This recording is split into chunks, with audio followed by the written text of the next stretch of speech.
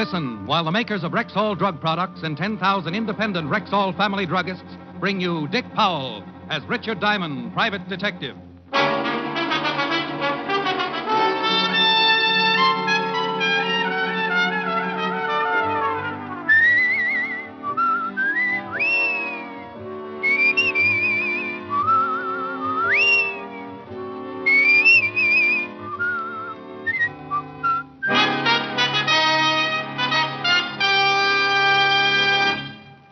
Good evening. This is your Rexall family druggist, speaking to you for the 10,000 independent druggists who have made the word Rexall part of our own store names and put the orange and blue Rexall sign on our windows.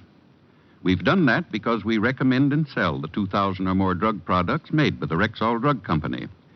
A good example of their quality is Bismarex, Rexall's popular antacid. Bismarex often relieves acid stomach within 1 minute. And because its scientifically balanced ingredients vary in the time it takes them to dissolve in the stomach, the relief they give is not only quick, but continuous and prolonged. Quality like that of Bismarex is what we family druggists are talking about when we tell you you can depend on any drug product that bears the name Rexall. Good health to all from Rexall. Now your Rexall family druggist brings you another exciting half hour with Richard Diamond, private detective, starring Dick Powell.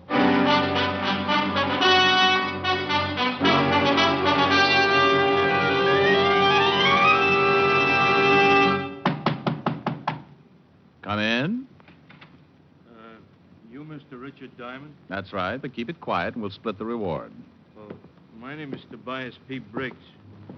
He ducked as he edged through the door. If he hadn't, he'd have taken the whole wall with him. Nearly 7 feet, going up with a pair of shoulders that made King Kong look like a before picture for dynamic tension. But being a guy who lives dangerously, I shook his hand, made a mental note to pick up my scattered knuckles, and offered him a chair. Thank you. Mr. Diamond, how much would it cost for you to help me? Well, I usually break my back for $100 a day in expenses. Oh, that's a lot of money. I break a lot of back. Let's talk some more, though. Guys your size usually don't need help. Well, I got the money. Been saving. You see, I wrestled 2, maybe 3 times a week at the Universal Arena. I promised Mike I'd put 1 purse a week in the bank. He was saving, too. Who's Mike? Mike Burton. He's dead, Mr. Diamond. Oh, I'm sorry, Toby. Who was Mike? Well, Mike and me was buddies from the Army. He was a great guy, Mr. Diamond. A real great guy. What happened to him? Mike drove a truck for an outfit here in town. Cross-State Trucking Company. We had enough money saved, we were going to get our own truck. Maybe 2 trucks. Do our own hauling. Be in business for ourselves, you know. Last week, he was fixing a flat on the highway at night. The car hit him and took off. Oh, hit and run, huh? Well, it's a lousy deal, Toby, and I know what you're leading up to. But the police will hunt the guy down sooner or later. I don't handle traffic accidents. Mr. Diamond, I feel maybe it was no accident. Oh? Well, then keep going. Well, last week, night before it happened, Mike says to me, Toby, boy, I got a hunch we're going into business real quick now. He said we might be able to buy our first truck right after his next haul. Mike knew we didn't have that kind of dough ready. What did he say when you reminded him? He gave me a wink and a punch in the arm. You know, like guys do sometimes. Mm-hmm.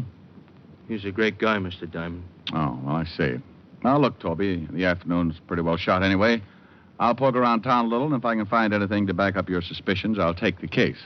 If not, you owe me 2 tickets to your next match. Is it a deal? Yeah, sure. But tell me right away if you know something, huh? I'm in the gym every morning right behind the Universal Sports Arena, 8th Avenue. You know where it is. Oh, sure, yes. Some of my best muscles grew up there. So long, Toby. So. When he walked out, the office seemed to shrink back to normal. I counted my fingers, picked the one with the most circulation in it, and put it to work dialing Helen's number. I told her I might be late for dinner, threw her a kiss over the pipe, closed the office, and headed for the 5th Precinct Police Station and Lieutenant Walt Levinson. Walt was out of his office, but the king of the jungle, Sergeant Otis, was plopped in his chair. Number 14's crossed and resting on the desk like he was expecting a promotion. Hello, Shamus. Well, for a guy who don't work here, you certainly hang around a lot. I could say the same for you, Otis. Where's the lieutenant? He ain't here. No. Well, he ain't. Isn't. Okay, he isn't. And you isn't as smart as you think you is. Oh, hello, Rick. What's up? Oh, hiya, Walt. Nothing, probably. But I'd appreciate a look-see at the hit-and-run files for the last week. Might be a case. Now it's traffic accidents. Diamond, is there anything you won't do for a buck? Sergeant, ask me for the next dance and you'll find out. All right, cut it out, you two. Here you are, Rick. Take this note to Sergeant for our hit-and-run felony detail. It's down at the end of the hall. Thanks, Walt. You bet. Otis. Yeah? Sergeant Otis, do you mind if I sit down now? Oh, yes, sir. Sorry, Lieutenant. Farrar in Hit and Run gave me the case folder on Mike Burton. Except for a few details, nothing different than Toby's story. Only witness to the supposed accident was a man named Roy Cooley, Mike's driving partner. He had made the identification on the car when the police found it deserted the next day. A quick check on the license had shown it to be stolen. So another lead went down the drain. Only the fact that it had been stolen made me think that Toby might have been right when he said it wasn't an accident. I hit the street and grabbed a cab for the Cross-State Trucking Company. From outside the wire fence, there wasn't much to see. A long line of diesel trucks parked side by side. I spotted something that looked like an office and went in. There was a girl inside. No, maybe not just a girl. She parked her bubble gum and gave her blonde upsweep a pat. Can I help you? Well, if you couldn't, I'd kill myself. Listen, mister, if you've got some business here, you better... Honey, I'm looking for Roy Cooley. Know him? That's a good one. Mr. Cooley's my boss. Believe me, I know him. He's not around right now. Cooley's your boss? Well, if you don't mind, I'll wait. What company are you with, Mr. Diamond. Richard. I am, you should excuse the expression, a private detective. A private eye? Gee, I never met a private eye before. I thought it was just a kind of story thing. Well, it is, in a way. My name's Patty. For Patricia. I'm sort of a bookkeeper stenographer around here. Sounds like a big job for just one pretty girl. Oh, you're just saying that. I really was lucky to get such a job, especially when I had no experience. Just 1 week out of business school in Popo, I go to work for a big company at $65 a week. And what is the secret of your success, Miss Carnegie? My second name's Jablonski, Patty Jablonski. Between you and me, Mr. Diamond, the job's a snap. See all those trucks out there? Well, mostly they just sit like that. We don't make more than 10 shipments a week. You know something? The company's been in the red the whole 6 months I've been here. Really? But I like it here. I can dress kind of casual, sweaters and things. Yeah. Tell me, dear, did you know Mike Burton? Gee, I sure did. Did you know him? How come the boss, Roy Cooley, was driving with Mike the night it happened? He was, wasn't he? Well, I guess that's because Tim Lasco quit a couple of days before. Tim used to be Mike's regular wheel buddy. Mr. Cooley was filling in, I guess. Any idea why Tim Lasco quit? Search me. In times like these, when a guy with 5 kids quits his job, he must have had a good reason. You wouldn't have Tim's address lying around anywhere, would you? Right on my desk. I mailed his last check out. I wrote down Lasco's address and paid her off with a few compliments before I left. Tim Lasco's place seemed like the next stop until I saw a couple of warehousemen loading crates into one of the trucks. The crates were marked sporting goods in a big black stencil. And just to keep busy, I found a piece of scratch paper and took down the address they were being shipped to. About that time, a hairy hand reached over my shoulder and made crumpled spitball out of my manuscript. I did a slow turn and saw that the hand was connected to a beer barrel with legs. It talked, too. Looking for something, mister? Who are you? I'm the boss, Cooley. Oh, well, my name's Diamond. The union sent You me can over forget to... that routine. I spoke to the union guys 3 days ago. Beat it, scram. Oh. How come you were driving with Mike Burton the night he was killed? Mister, you're asking for it. There's a little sign on the front gate you can read on the way out about trespassers. This is private property. Now, are you going, or do I call some of the boys? It hurt me to admit that he had the law on his side, not to mention the lump under his jacket from what was probably the new look and shoulder holsters. I figured to do better after a talk with Tim Lasco. 20 minutes later, I was climbing the stairs of a brownstone in Washington Heights. The Lascos lived on the 3rd floor. I straightened my tie and put my best finger forward. Yes? Oh, hello. I'm looking for Tim Lasco. Oh, come right in. My husband is shaving. Who is it, Mary? A man to see you, Tim. Okay. All right. Excuse me. Call me shaving. Sit down. Thank you. Tim, you used to ride with Mike Burton, didn't you? Hey, who are you? What do you want here? Well, I'm a private detective. Name's Diamond. Now, Mr. Diamond, or whoever you are, I don't know nothing. Nothing, you hear? Leave my family and me alone. Will you go away? Please, go away. Why did you quit the cross-state trucking outfit? Honest, Diamond, I don't know nothing. Look, I've been a truck driver 15 years. I didn't like Cooley's outfit. Most of the work is at night. Too many long hauls out west. I didn't like the job. Tim. Won't buy it. Diamond, try to understand, will you? I got 5 kids. Give me a break, will you?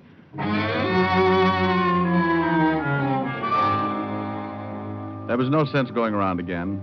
I told him I'd be back, which he took about as gracefully as a guy learning he had leprosy, so I left. I rode downtown, squatted on a stool in a coffee shop with a good view of the cross-state warehouse. The coffee shop had a waitress who was as ugly as the warehouse. Got a 75-cent dinner special. You interested? I'll have a little coffee and... A lot of donuts. Oh, well, then coffee and conversation. Is there any chance of you taking me away from all this? Wouldn't work out. I drink. I'll reform you. Want cream? No. 1 black.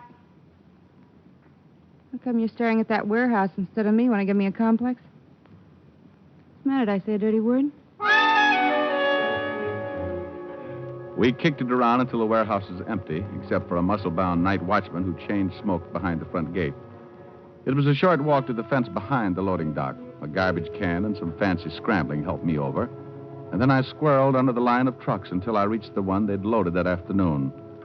The crates were nailed tight, and it took a lot of scratching and pulling before I wedged one open. About then, I heard 3 pairs of feet echoing down the loading platform. I ducked out of the truck, but that half-open crate must have missed me after all the time we'd spent together because it spilled over and turned loose a shower of baseball bats. I grabbed one since it seemed like a good idea and snuggled up against the huge tires under the truck. Who's there? Hey, Red, you let anyone in? Not me, boy. Whoever you are, Buster, you better come out with your hands up. We got guns. Okay, Red, you and Harry stay out in front of the trucks. I'll go coax our visitor out.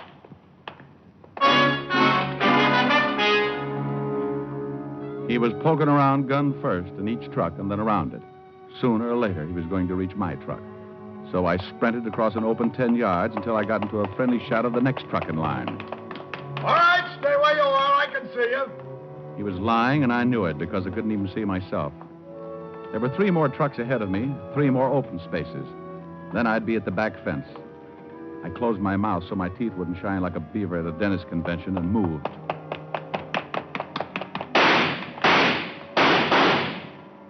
I reached the last truck and waited. The glint of his gun barrel kept coming at me like a one-eyed cat. I held the bat ready. It must have been a well-balanced hunk of wood because it felt like a feather in my fist.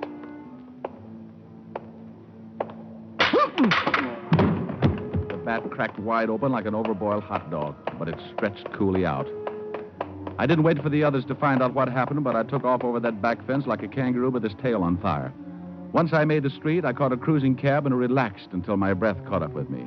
The broken bat handle was still in my hand. I was about to chalk it up as an inferior bat until a closer look changed my mind. The inside of the bat was as hollow as a politician's promise, and it wasn't for ventilation. It was there to hide something that had to be hidden.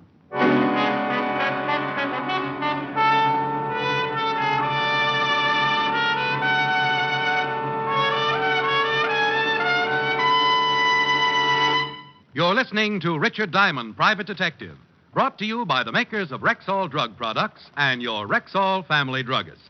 And here he is. A lot of people think that during the summer they don't need to worry about the dangers of vitamin deficiency. But the truth is, vitamin deficiency is no respecter of seasons.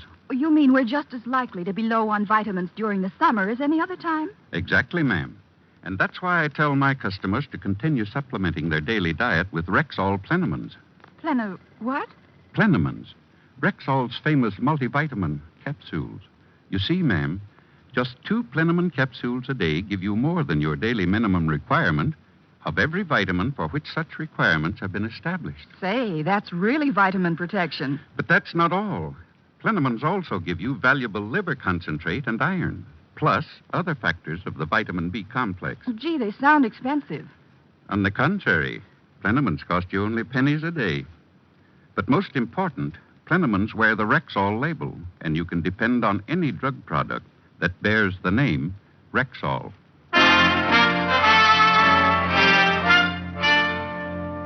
Now back to tonight's adventure with Richard Diamond, Private Detective, starring Dick Powell. So I had the stump of a hollow baseball bat in my hand and a half dozen theories about why it was hollow.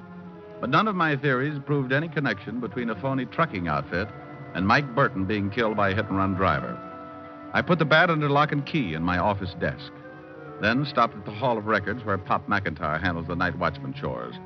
Under registered corporations, I found the Cross-State Trucking Company and the up-to-now unknown name of Harry Fenner listed as its head. I thanked Pop, then went across town to check through the newspaper morgue at the Tribune. It was an all-night job because I had to dig back to 1926 before the name of Harry Fenner sprang off the yellow pages. He used to be a small-time bootlegger, but I couldn't hold that against him. Some of the biggest bootleggers had gone straight and become used car salesmen. I had breakfast before dropping in at the Universal Gym to see Toby.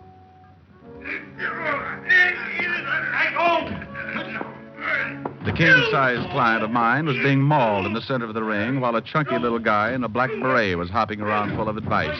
No, Toby. You're wrestling with King Kong Rabinowitz, not Snow White. Use your knees, on his nose. Okay. How's this? Oh! No, don't overdo it. You hide his face from the television camera too long. What's the good if no one sees him suffer? Hey, Toby. Oh, hiya, Mr. Diamond. Ziggy will be back in a minute. I know you're busy, Toby, so I won't waste time. You found out something about Mike, didn't you? I was right, huh? Well, let's just say that I'm taking the case. Toby, now think hard. Did Mike ever say anything about baseball bats? Anything? Baseball bat. Yeah? Sunday before Mike was killed. Yeah, he said something kind of funny. He said maybe he'd hit a home run pretty soon, and Mike never played baseball. Oh. Toby, when you get through here, meet me in my office. I'll tell you what I've got, and we can take it from there. Okay. See you soon.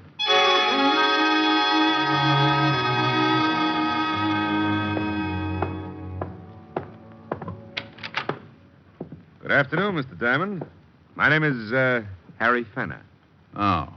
Well, who are those two bullet-headed characters with you? They're my business associates. Oh, you must be in a rotten business. How'd you get in here? I just had the exterminators over last week. Oh, well, I'm afraid I owe you for a new lock. I'll just add it to the retainer I'm going to pay you. Oh, you're going to hire me? I have here $500, which I place on your desk. Earning it will be easy. Under whose nails do I put the bamboo splints? I hope your good humor continues. The fact is, Diamond, I collect odd things like antique furniture, marine life specimens, and old bat handles. Someone stole one of my old bat handles. Money's yours if you can locate it. Something like that would be worth more than money to me. An old bat handle would go just right with my collection of old saxophone reeds and croquet mallets. Is that your polite way of saying no? No, it's my impolite way of saying that a certain bat handle is going to win you the hottest seat in Sing Sing. And if you think I'm bluffing, let's see what they think down at the 5th Precinct. Put down that phone. Oh! He cracked me across the knuckles with a cane he was carrying, and my left hand took the day off. Then Fenner turned to his two happiness boys. Gentlemen, Mr. Diamond is stubborn. Unstubborn him. His two blood collectors came after me like there was a shortage of plasma. I dodged around the desk like a loose guinea pig in a biology class and finally managed to locate a stomach for my one good hand. I sunk it in up to my charm bracelet. But before I could enjoy the reaction, a fistful of dimes creased the back of my head and I came apart. I don't know how long it was before my eyes unglued. I was on my back enjoying a bug's eye view of the ceiling, but that's all I was enjoying. My head felt like a yo-yo being worked by a guy with the DTs. And then something big leaned over me. Mr. Diamond? Mr. Diamond, you okay? Oh, yeah, dandy. Oh, Toby, if I felt any worse, I'd be dead. Oh, that's too bad. It's a good thing I got here. Those guys are doing a swell job on you for real. Oh, things came back into focus. Fenner's muscle men were draped over each other in the middle of the floor, quietly unconscious. It was becoming. I had to get pretty rough with them. It was 2 against 1. Them and me, I mean. What's it all about, Mr. Diamond?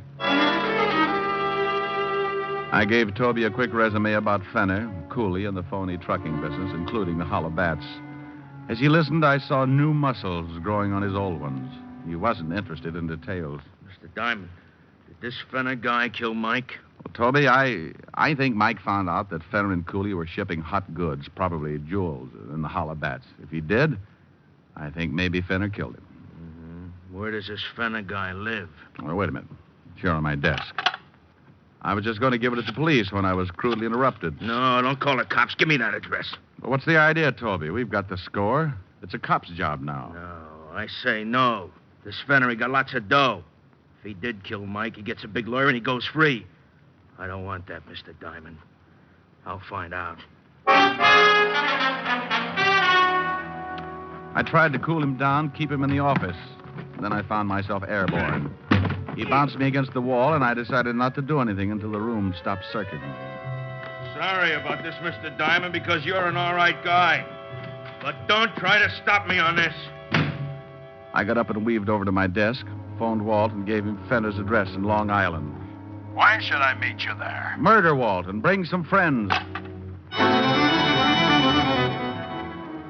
Fenner's house was a big white colonial with high French windows looking out on a big garden. The windows were closest, so I moved up and looked in. The room was a library, or what was left of it. Toby had torn it apart and was now concentrating on Fenner. He had him backed up against a tall bookcase, holding him by the front of his smoking jacket, high enough so Fenner's toes pointed down, trying to touch the carpet a good foot beneath. Toby had the jacket pulled tightly around Fenner's throat, and Fenner was trying for the $64 breath. What'd you kill him for? Come on, what'd you kill him for? Hey, Toby, let him go. Oh, he's going to tell me. You stay out of this. He's going to tell me or I break his fat neck. He's too choked up, Toby. Couldn't answer you if you wanted to. Now let him down. Let him down. Okay. Now, talk, Fenner, talk. Diamond, get this maniac away from me. Well, ask me something simple, like moving the Empire State Building. You better talk, Fenner. I don't know what you want. You're a liar. You're no good liar. All right. That's better. Now, why'd you kill Mike? He was loading some of the bats. When one broke open and... Come on. Some of the diamonds spilled out. He wanted a cut. Big cut. So I had Cooley make the last trip with him. I was following in a hot car. That's it. Now let me go, will you? Kill a nice guy like that. He would have framed me. You're a liar. Now I'm going to kill you. Toby!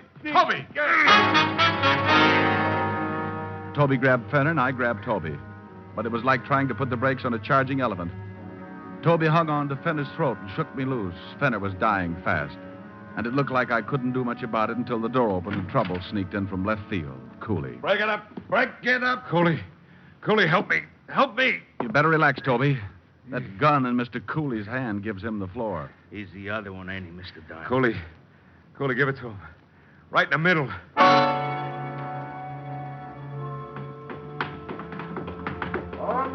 And then I heard the heavenly sound of flat feet. Cooley half turned for a moment, but it was enough for me to push Toby behind a couch and dive in after him. Quick, Cooley, let him have it. Cooley spun back around and tried his luck anyway, but missed. He and Fenner made a rush to the window, but some of Walt's men were waiting for them. They tried to shoot it out. Cooley never got more than 1 foot over the windowsill. Fenner did better, but he was dead when he hit the ground. Rick, are you all right, Rick? Oh, if it wasn't, you would never hear the end of it. Mr. Diamond, you don't really believe what that punk said about Mike, do you? Mike was a straight guy all his life. Toby, this clean-cut gentleman standing right next to me is Lieutenant Walter Levinson of Homicide. Right. What I tell him is official, so you listen. Look, Walt, Fenner and Cooley were part of a fence setup. Bought stolen goods, sold them out west. The Cross-State Trucking Company was just a blind. Well, that just about cleans it up, Toby. You see, Mike probably suspected something, and they were afraid he'd go to the police. That's why they killed him. Sure, I knew it was that way. Thanks, Mr. Diamond. Well, I better get back to town. Ziggy's got me matched tonight. Good luck, Toby. Yeah, thanks. Say, Mr. Diamond, I'd sure like to have you and the lieutenant come watch me wrestle tonight. Thanks, Toby. Maybe some other time. Oh, it'll be a great show. Tonight's my turn to win. Yeah, well, we'll see. So long, Toby. So long. Rack. Yeah? That connection between Mike Burton and this racket didn't sound kosher. Was that for the record? No, Walt. But Toby will never see the record.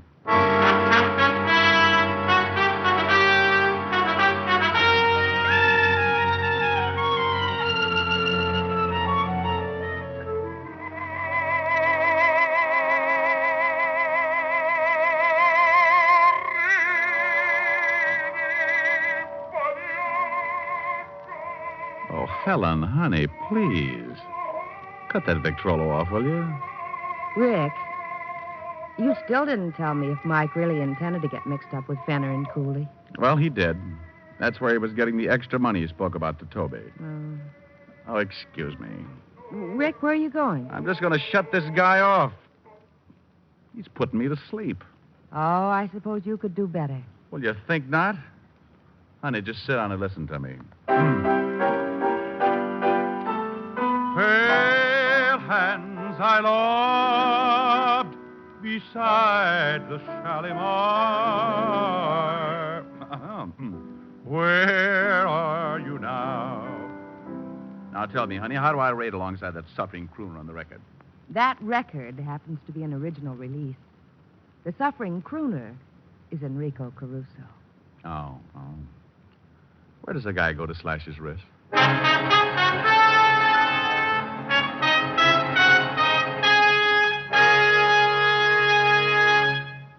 Dick Powell will be back in just a moment. And now, once more, here's your Rexall family druggist. No faster acting aspirin made. That's Rexall aspirin. Yes, when taken with water, the 5 full grains of pure aspirin contained in every Rexall aspirin tablet are ready to go to work for you even before they reach your stomach. So next time you have a headache, remember Rexall aspirin. There's no faster acting aspirin made. Ask for Rexall aspirin at Rexall drugstores everywhere. And remember, you can depend on any drug product that bears the name Rexall. Good health to all from Rexall.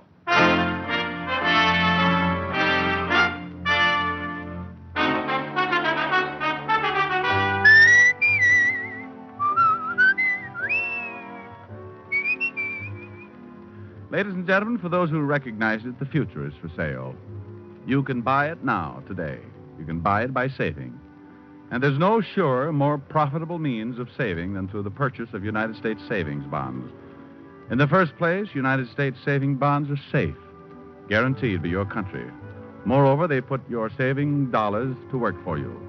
For every $3 invested today in Class E bonds, you'll receive $4 back in just 10 years when the bonds mature.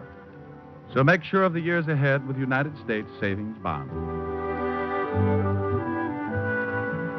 Ladies and gentlemen, tonight's script was written by Harold Jack Bloom and Joe Morheim. Music was under the direction of Frank Worth.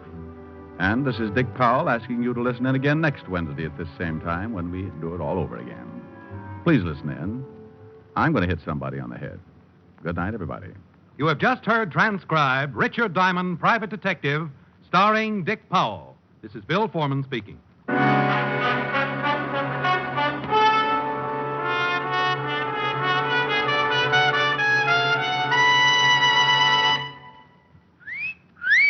Hiya, beautiful. Get lost, Bristlepuss.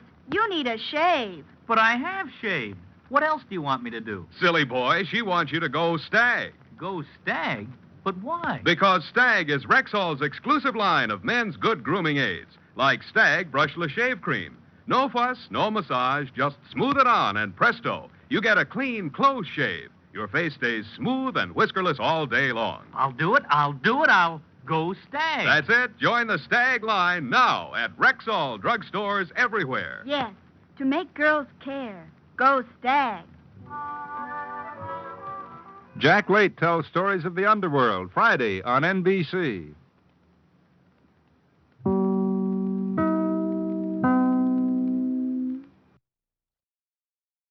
When you bundle your renters and auto insurance with Progressive, you could save money, but it doesn't cover any terrible memories living rent-free in your head. Remember when one of your best players got injured, but not like on a play or anything? He got injured celebrating a play, and it's not like it was a game-winning play or in the playoffs. And he was out the rest of the season because he was injured while celebrating? Yeah. Sorry, we can't save you from that memory, but we could save you money bundling your renters and auto insurance with Progressive. Coverage from Progressive Casualty Insurance Company, affiliates, and third-party insurers. Renters insurance and bundle discount not available in all states or situations.